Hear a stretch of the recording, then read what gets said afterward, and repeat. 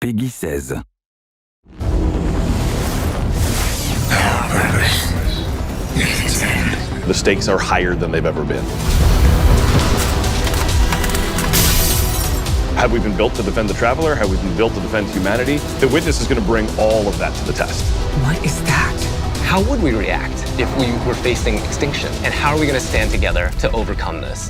You know what must be done. We were created for this moment, to deal with this conflict, to solve for this enemy. What the hell happens when evil finally arrives and confronts the traveler?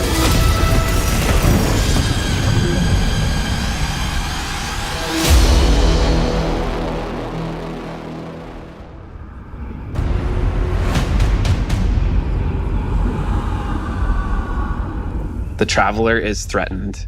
The witness is here. Callus's forces are here as well. The pyramid fleet is here. Big shit is going down. Lightfall should feel like you have stepped into the middle of an active war. One of the values that we really wanted to push was making sure that you felt like the tip of the spear. You were the one who is initiating the action. You were the one who is taking control. You were the one who is attacking things. What this tone gave us the chance to do was to really surface the friendship, the camaraderie, the connections that we have to each other. Kaido, we'll need your troops. If the end of the universe is coming, what do we have left other than each other? Keep the enemy away from the traveler at all cost. There's a pretty big, serious threat that is happening to the solar system, so we really wanted to bring that gravity and that weight into the story. Got it! In a major way, what we're doing right now is we're both setting up the finale for the Light and Darkness saga. We're pulling the witness into the frame for the first time. The big question has been, what does it want with the traveler? What will happen when it finds it? And in Lightfall, it does find it. I feel like the witness is so drastically different from any other antagonist that we've had in Destiny in the past. You know, a lot of our Destiny antagonists are like kind of over the top and theatrical in their own way. And then we have the witness who's just so reserved. It's all about control with the witness. The witness is here to finish what the collapse started. Now, there's Callus, always been power hungry, in it for himself. He's now signed on as one of the witness's disciples. We're seeing Callus go through a transformation and emerge as something new. My semblance matches my inner beauty. The odds are stacked against you. The witness has arrived. We got Callus. Everything's under attack. How do we deal with this? And then you find this thread. We knew we wanted to do another darkness power in Destiny. Are we gonna do what everyone thinks we're gonna do? Are we gonna make like poison? No. We're gonna do something that you'd only find in Destiny. We're gonna go talk about this thing called Strand, and it's the web of life. What does it mean to have a cosmic web that's connecting everything around you? How do you actually make that like an ability? How do you make that like a power? It's something that doesn't actually exist. You can't just point to fire, electricity, or ice. Coming up with the idea of the strings, the strands lighting up the world, I think that was when everything kind of started to come together. Strand is unlike any of the powers that we've gotten before. We didn't get it from the Traveler, we didn't get it from the pyramids. It is a power that we find is unlocked within us as Guardians. When you pull on that thread and you start manipulating that web, you can do some really powerful things.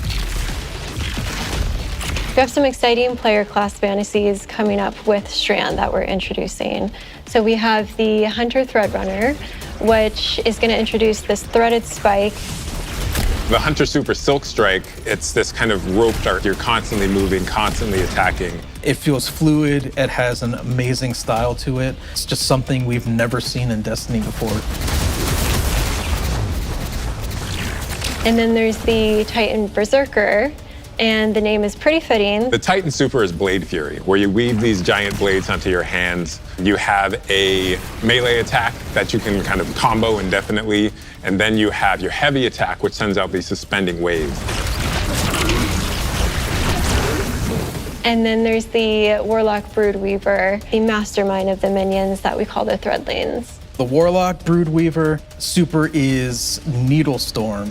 You create 3 sources of power, and then those then get launched out, and then those fly through the air. When they hit an enemy, they'll explode.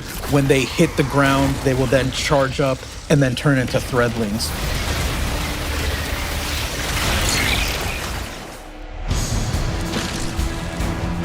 All the classes will have access to a grappling hook. When you select that, that takes up your grenade slot. It was a hard challenge because, like, how can you make this idea of swinging through the world equivalent to a grenade? And so designers came up with this idea of a grapple melee. The grapple melee is incredibly powerful. I grapple onto an enemy, which stuns them for a second. And then when I get there, I grapple punch, blow them all up, and start shooting, and then the unravel projectiles are flying all over the place. All that stuff coming together was magic for me. Oh my God, that's Destiny?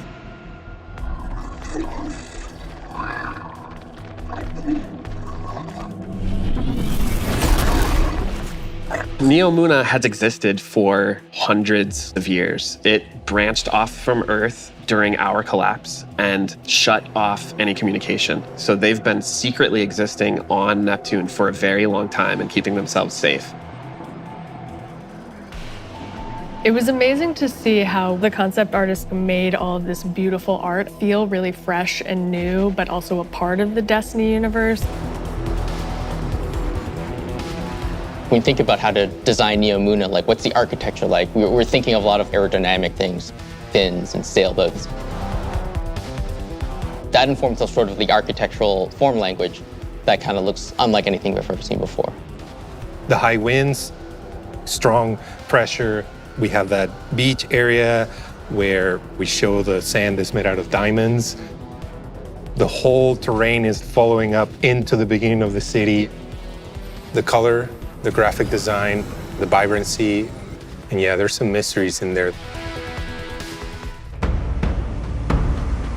The cool thing about Neomuna is that it's like this big neon-soaked city, but it has quite a spectrum of different environments. I think my favorite absolutely is the Thrillodrome. It is an arcade lost sector, and I think we can relate to spending our days in a sticky arcade playing games with our buddies. I'm also so excited for people to see the puka pond with all of the pukas that have been like such a mystery since Beyond Light. And then on the other side of the city is Callus's ship. The Typhon Imperator has landed square in Ahimsa Park. You see that the city is indeed kind of in shambles in parts. There's smoke, there's explosions in the air, and I just go back to the teamwork of everybody getting into a room and thinking like, what can we do to make this feel high octane, very explosive, and familiar? This is a city that needs the Guardians' help and needs their protection, and Callus is gonna do his level best to destroy it, and we're not gonna let them, and neither are the Cloud Striders. There's a lot new about Lightfall. We have this new location, and it has these new personalities that come along with it. They're defenders of this city, and they have new perspectives that we really haven't seen in characters in Destiny, and that's taking the form of the Cloud Striders, Nimbus and Rohan. I understand what's at stake, Lightbearer. Far better than you. Rohan is the grizzled old veteran who's too old for this shit. And Nimbus is the young rookie. Nimbus is learning on the job. Nimbus was definitely a favorite of ours to animate. They're so boisterous and fun-loving and a little smug, but super confident in their abilities. The Cloud Striders, bottom line, are cool. Nimbus, on your stakes!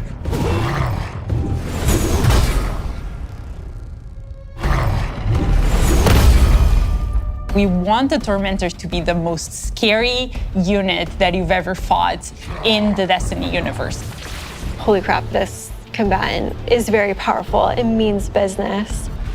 It's incredibly intimidating. This thing wields a massive scythe. his command over all this void energy.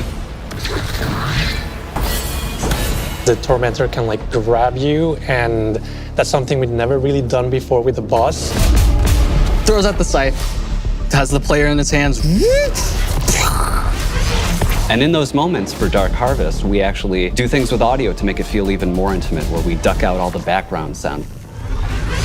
So you really have this intimate moment with this terrifying creature grabbing you.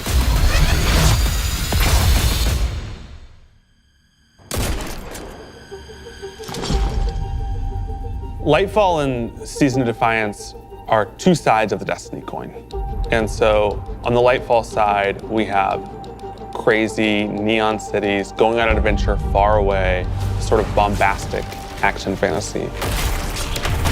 On the Season of Defiance side of the coin, it's a story that's much more closer to home.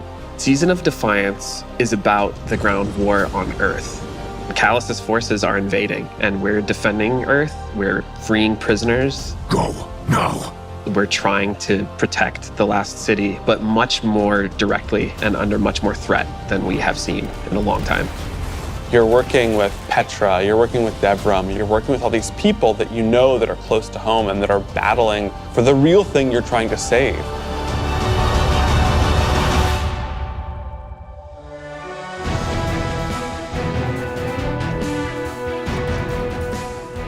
We have a lot of weapons and armor for players to earn, and I'm super excited to see what you've been working on. We have a couple of Strand exotics. The Warlocks are getting what's called Swarmers. They're these boots that will, on Tangled Destruction, create new threadlings at that location. Now they can either shoot it, or they can pick up a tangle and throw a tangle, and then that will also create threadlings. The Hunters are getting this helmet that will help them grapple through the air. As you grapple, you gain this new ability called Woven Mail, and it's reducing the incoming damage except for headshots. The Titans get boots that will augment an aspect that they have. The aspect itself will just send out a wave that will suspend enemies in front of their barricade after casting it, but the boots will split it up into 3 waves. Whenever they spend an enemy with these boots on, they also gain Woven Mail. So pushing the front line further and further by being tanky. I have been caught by those boots a couple times in our playtest. We have this incredibly cool heavy metal machine gun that fires according to its own rhythm, where it gets alternate effects every 4th bullet, and then every 16th bullet, it gets even more added to it. So we have this pistol that will use advanced technology to find your enemies. And so suddenly you're not worrying about aiming, you're really worrying about surviving during the lock-on time. And it opens you up to consider your movement more than your aiming. Being able to lock on to multiple guys in your field of vision and then just obliterate all of them was, I think, a moment where I kind of went, whoa.